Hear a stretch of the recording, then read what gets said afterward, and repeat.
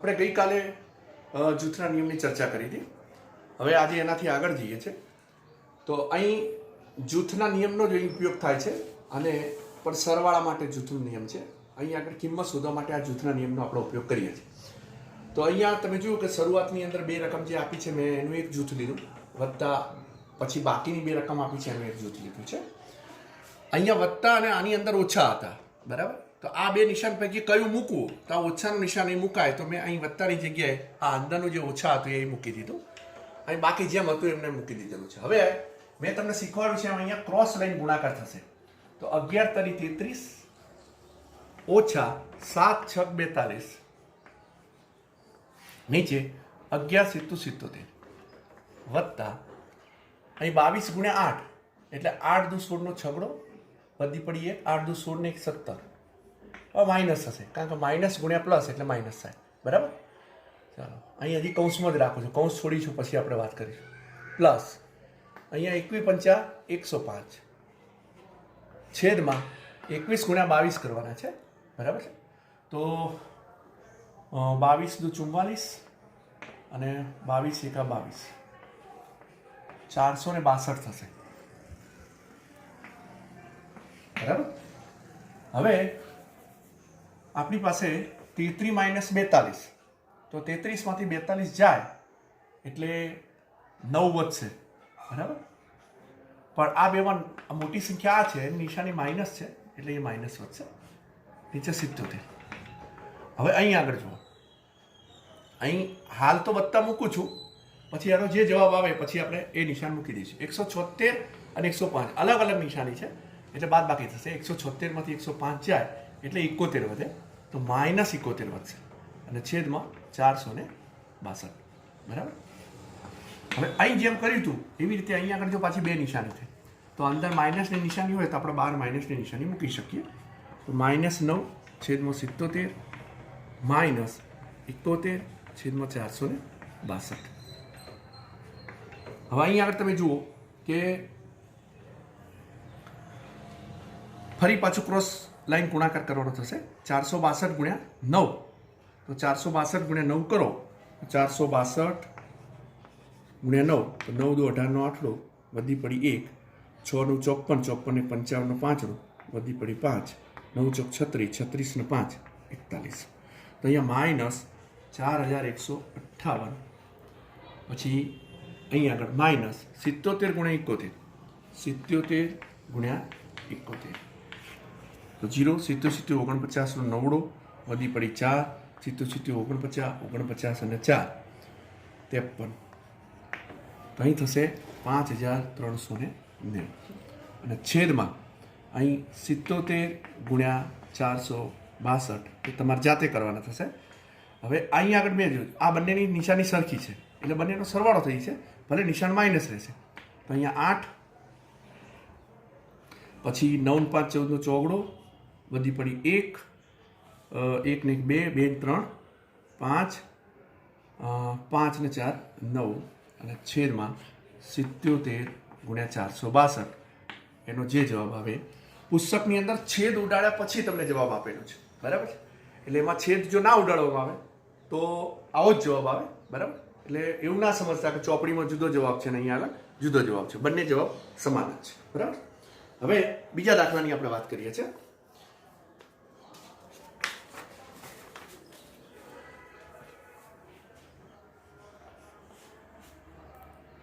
-4 પંચમાંશ ગુણ્યા 3 સપ્તમાંશ ગુણ્યા 15/16 ગુણ્યા -14/9, બરાબર. તો અહીં આગળ પણ આપણે તમે જોઈ શકો છો કે આપણે જૂથ બનાવવાના થશે, બરાબર. તો જૂથ બનાવવાની અંદર આપણે જેમ છે આપે છે એ પ્રમાણે પણ જૂથ આપણે બનાવી શકીએ છીએ. પણ આ અને આ જૂથ લઈશું તો અહીંયા 4 અને 16 ને ઉડાડી શકીશું. અહીંયા 7 અને આ 9 વાળું લઈશું તો અહીંયા 7 છે ને અહીંયા 14 છે, તો ક્રોસની અંદર આપણે ઉડાડી શકીશું, બરાબર. તો એવી રીતે જૂથ લઉં છું -4/5 ગુણ્યા 15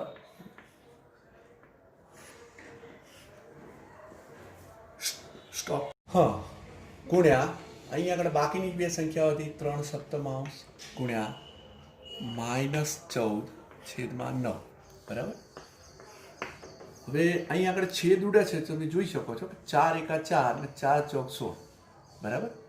અહીંયા 7 એકા 7 અને 7 દુ 14. બરાબર. હવે બાકી જે વધ્યું ઉપર તો અહીંયા માઇનસની નિશાની ગુણ્યા 15 એટલે -15 છેદમાં 5 ચોક 20 ગુણ્યા અહીંયા જો 3 ગુણ્યા -2 -6 અને નીચે વધ્યા 9. બરાબર. હવે માઇનસ ગુણ્યા માઇનસ પ્લસ થઈ જાય 15 6 90. બરાબર. 15 6 90 માઇનસ અરે પ્લસ 90 છેદમાં 20 ગુણ્યા 9 છે પણ આના છેદ ઉડાડવા તો ઉડી શકે 9 એકા 9 અને 10 દુ 20. આ એક મિનિટ પાછું જતું રહ્યું એટલે તમારો જવાબ મળ્યો 1/2. બરાબર. તો આવી રીતે ગુણાકારની અંદર જૂથના નિયમનો ઉપયોગ કરી અને આપણે એની ગણતરી કરી શકીએ છીએ. બરાબર. હવે આપણે વાત કરવાની છે સરવાળા વિશે તટસ્થ. એના માટે બીજો શબ્દ છે એકમ. એકમ ઘટક. બરાબર. તો દાખલા તરીકે કોઈ પણ સંખ્યા છે 3 વત્તા 0. બરાબર. -5 વત્તા 0 પછી 1/3 વત્તા 0 0 વત્તા 0. બરાબર. તો આ બધાનો જવાબ તમે ચેક કરી શકો છો કે અહીંયા 3 વત્તા 0 કરીએ તો જવાબ 3 જ આવે છે. આ -5 વત્તા 0 કરીએ જવાબ -5 આવે છે. 1/3 વત્તા 0 કરીએ તો જવાબ 1/3 આવે છે. 0 વત્તા 0 કરીએ તો જવાબ 0 આવે છે. તો અહીં કહેવાનો મતલબ શું છે કે અહીંયા જે મૂળ સંખ્યા આપી છે જવાબ એનો એ જ રહે છે. તમે જુઓ. બરાબર. એનો મતલબ કે આ 0 મૂકવાથી એના જવાબમાં કોઈ ફેર પડતો નથી. તો એટલા માટે 0ને સરવાળા વિશે તટસ્થ અથવા તો એકમ ઘટક તરીકે ઓળખવામાં આવે છે. બરાબર. આગળ હવે વાત કરીએ છીએ આપણે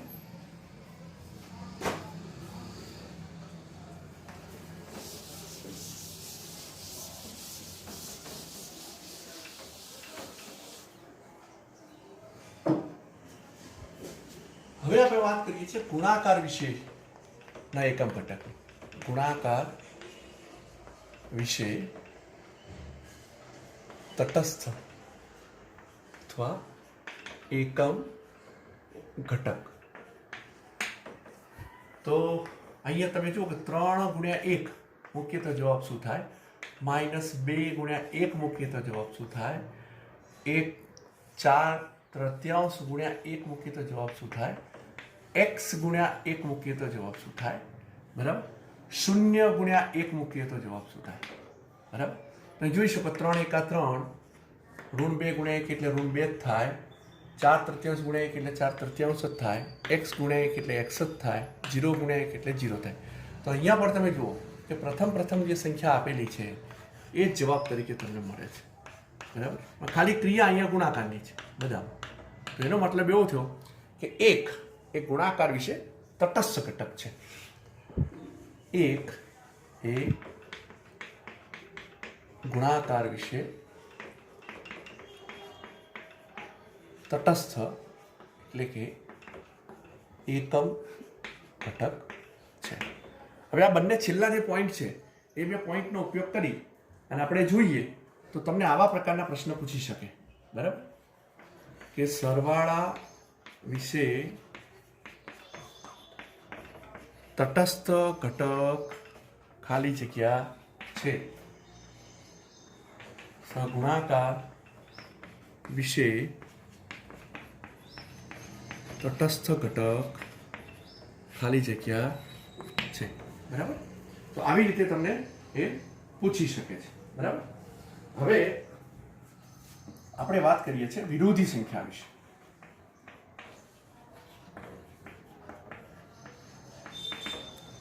બરાબર. તો વિરોધી સંખ્યાના આપણે પહેલાં ઉદાહરણ લઈએ, પછી વાત કરીએ.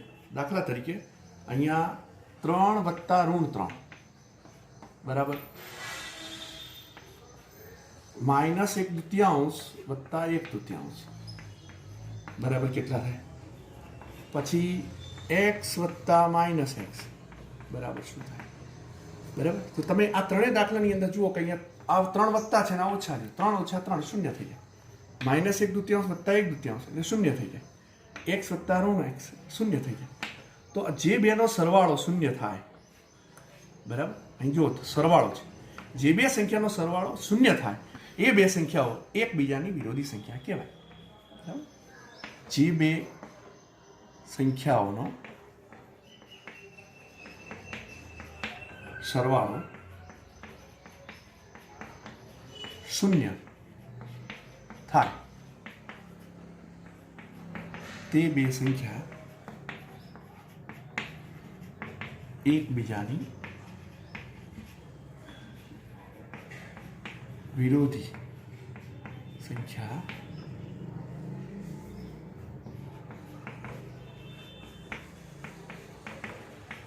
કહેવાય. બરાબર. હવે આગળ આપણે વાત કરીએ છીએ. ઉપર આખું બોર્ડ બતાવી દે એટલે જોવું હોય ને.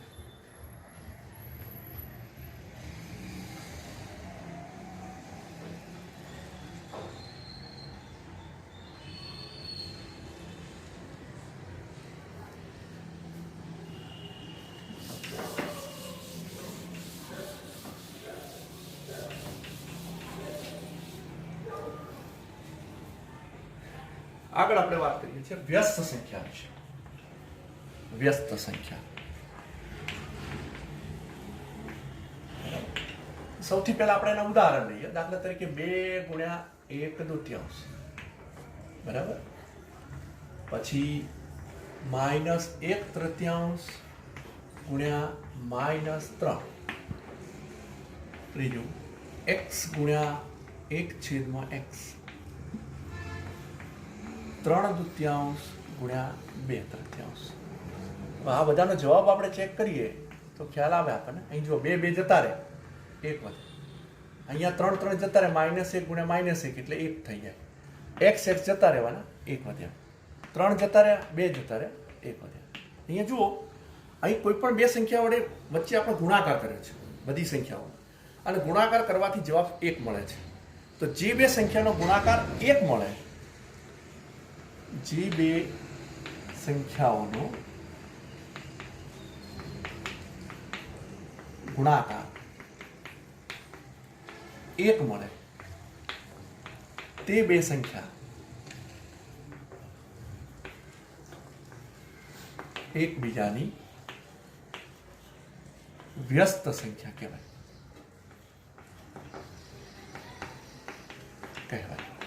બરોબર. દાખલા તરીકે 3 નો વ્યસ્ત 1/3, તો 3/2 એનો વ્યસ્ત કીધો હોય તો આપણે ઉપર નીચે સંખ્યા બદલી નાખવાની, 2/3 -1/2 એનો વ્યસ્ત તો -2 થશે. બરાબર. આવી રીતે તમે લખી શકો. એવી રીતે અહીંયા આગળ જો વિરોધી પૂછ્યું હોય, દાખલા તરીકે 5 નો વિરોધી, તો ખાલી નિશાની બદલવાની થાય, -5. ચલો, -7 નો વિરોધી, તો નિશાની ખાલી બદલવાની, 7 થઈ જાય. 1/3 નો વિરોધી, તો -1/3 થઈ જાય. બરાબર.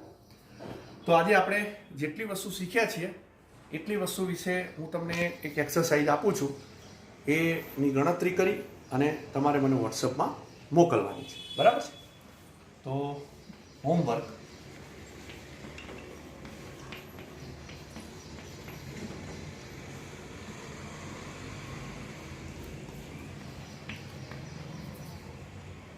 અચ્છા, એક વસ્તુ આમાં રહી ગઈ છે.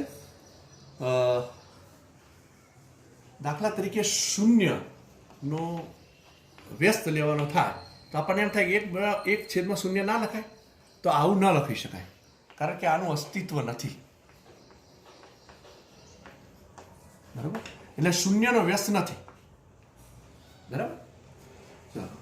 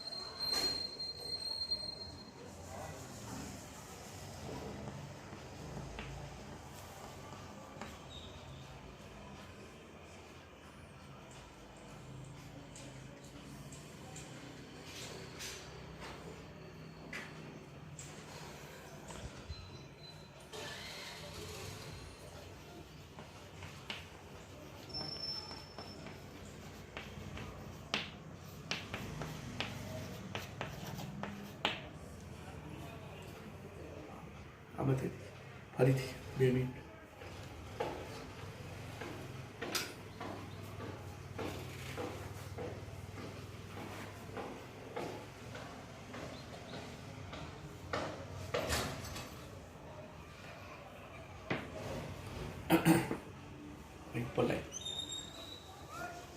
સ્વાધ્યાય 1.1ની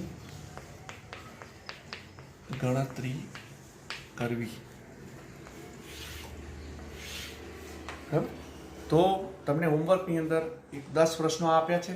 સ્વાધ્યાય 1.1ની તમારે ગણતરી કરવાની. એની અંદર તમને જે મુશ્કેલી પડે, ના આવડે, તો એનો પ્રશ્ન લખી તમારે મને વોટ્સઅપ કરવાનો. તો એનો ગણતરી કરી હું તમને રિવર્સ વોટ્સઅપ કરી દઈશ. આવતીકાલે આગળ વાત કરી. હા, ગુણ્યા અહીં આગળ બાકીની 2 સંખ્યાઓ હતી, 3/7 ગુણ્યા -14/9. બરાબર. હવે અહીં આગળ છેદ ઉડે છે તો તમે જોઈ શકો છો કે 4 એકા 4 અને 4 ચોક 16, બરાબર. અહીંયા 7 એકા 7 અને 7 દુ 14, બરાબર. હવે બાકી જે વધ્યું ઉપર તો અહીંયા માઇનસની નિશાની ગુણ્યા 15 એટલે -15 છેદમાં 5 ચોક 20 ગુણ્યા અહીંયા જો 3 ગુણ્યા -2 -6 અને નીચે વધ્યા 9, બરાબર. હવે માઇનસ ગુણ્યા માઇનસ પ્લસ થઈ જાય 15 6 90, બરાબર. 15 6 90 માઇનસ અરે પ્લસ 90 છેદમાં 20 ગુણ્યા 9 છે, પણ આના છેદ ઉડાડવા તો ઉડી શકે. 9 એકા 9 અને 10 દુ 20. આ એક મિનિટ પાછું જતું રહ્યું એટલે તમારો જવાબ મળ્યો 1/2, બરાબર. તો આવી રીતે ગુણાકારની અંદર જૂથના નિયમનો ઉપયોગ કરી અને આપણે એની ગણતરી કરી શકીએ છીએ, બરાબર. હવે આપણે વાત કરવાની છે સરવાળા વિશે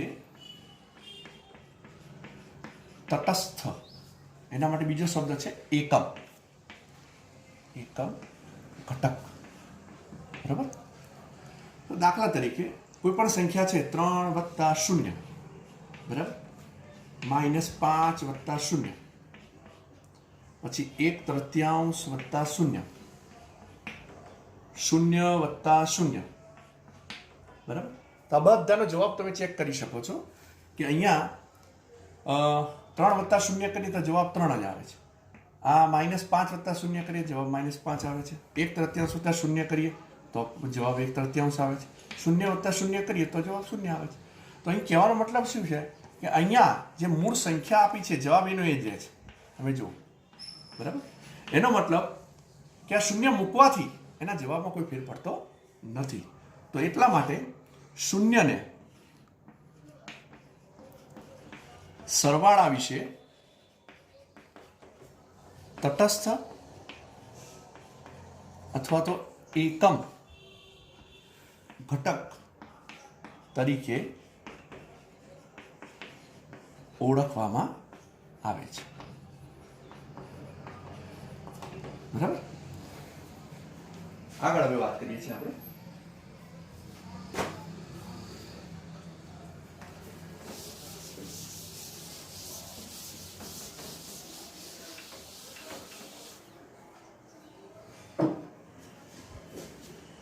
વાત કરીએ છીએ ગુણાકાર વિશેના એકમ ઘટક.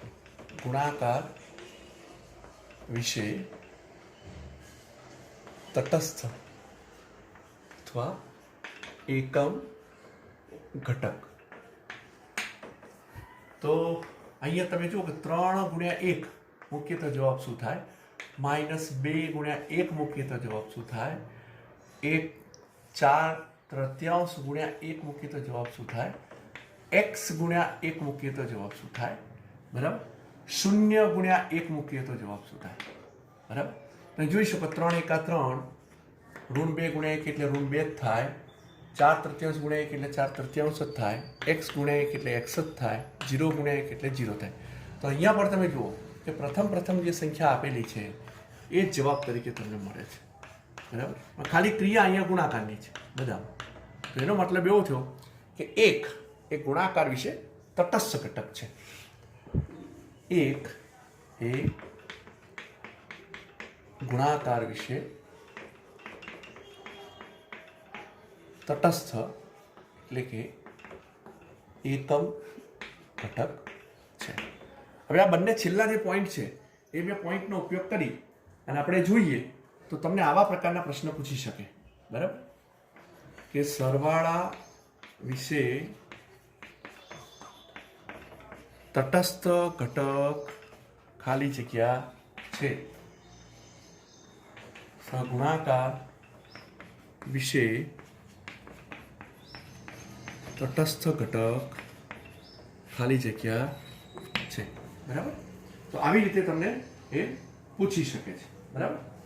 હવે આપણે વાત કરીએ છીએ વિરોધી સંખ્યા વિશે.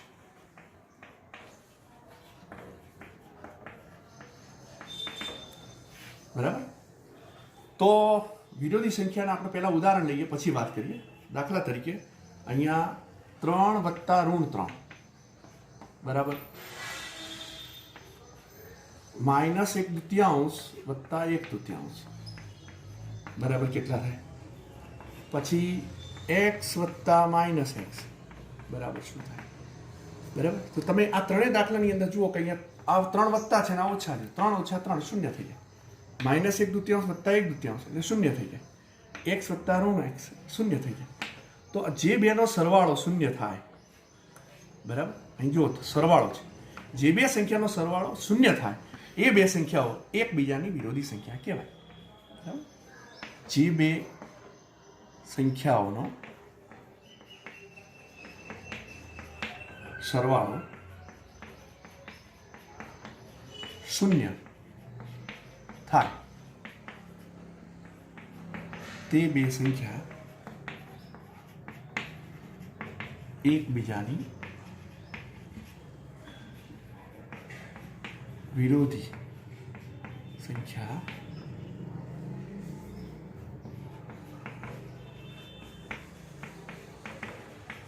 કહેવાય. બરાબર. હવે આગળ આપણે વાત કરીએ છીએ પર આખું બોર્ડ બતાવી દે એટલે જોવું હોય ને.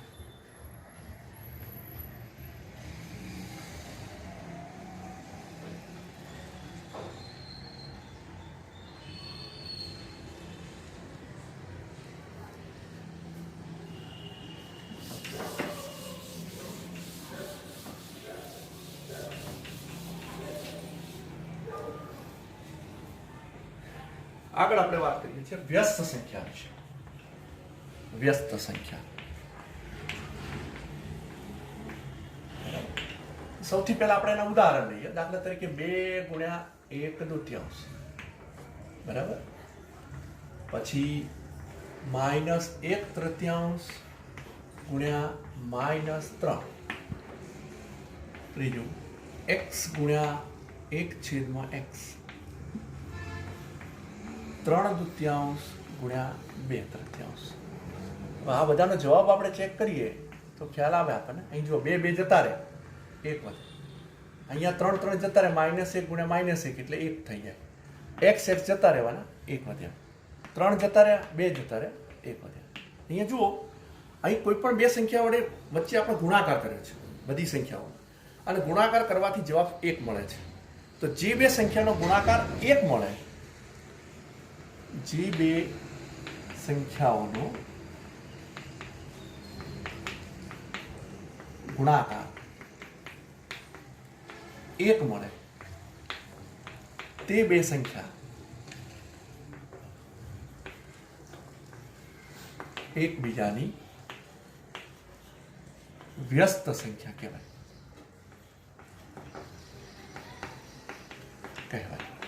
બરોબર.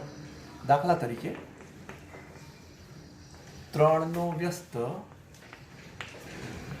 1/3, તો 3/2 એનો વ્યસ્ત કીધો હોય તો આપણે ઉપર નીચે સંખ્યા બદલી નાખવાની, 2/3. -1/2 એનો વ્યસ્ત તો -2 થશે. બરાબર. આવી રીતે તમે લખી શકો. એવી રીતે અહીંયા આગળ જો વિરોધી પૂછ્યું હોય, દાખલા તરીકે 5 નો વિરોધી, તો ખાલી નિશાની બદલવાની થાય, -5. ચલો, -7 નો વિરોધી, તો નિશાની ખાલી બદલવાની, 7 થઈ જાય. 1/3 નો વિરોધી, તો -1/3 થઈ જાય. બરાબર. તો આજે આપણે જેટલી વસ્તુ શીખ્યા છીએ એટલી વસ્તુ વિશે હું તમને એક એક્સરસાઇઝ આપું છું. એની ગણતરી કરી અને તમારે મને વોટ્સઅપમાં મોકલવાની છે. બરાબર છે. તો હોમવર્ક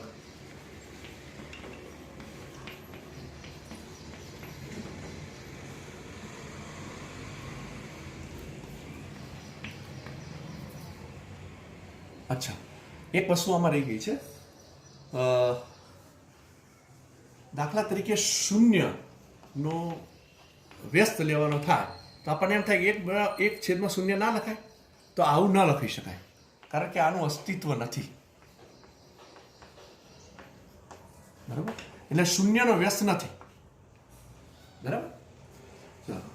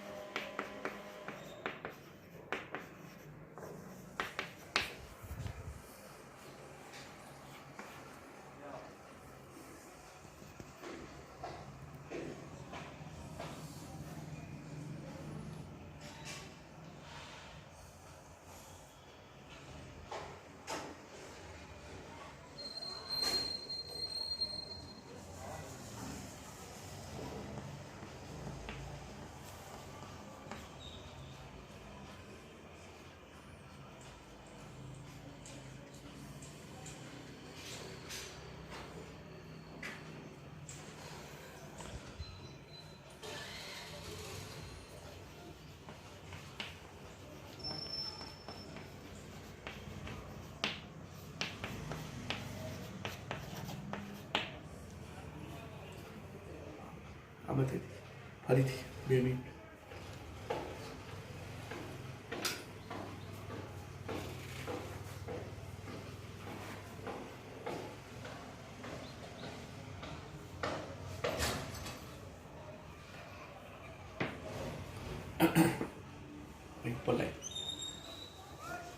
સ્વાધ્યાય 1.1ની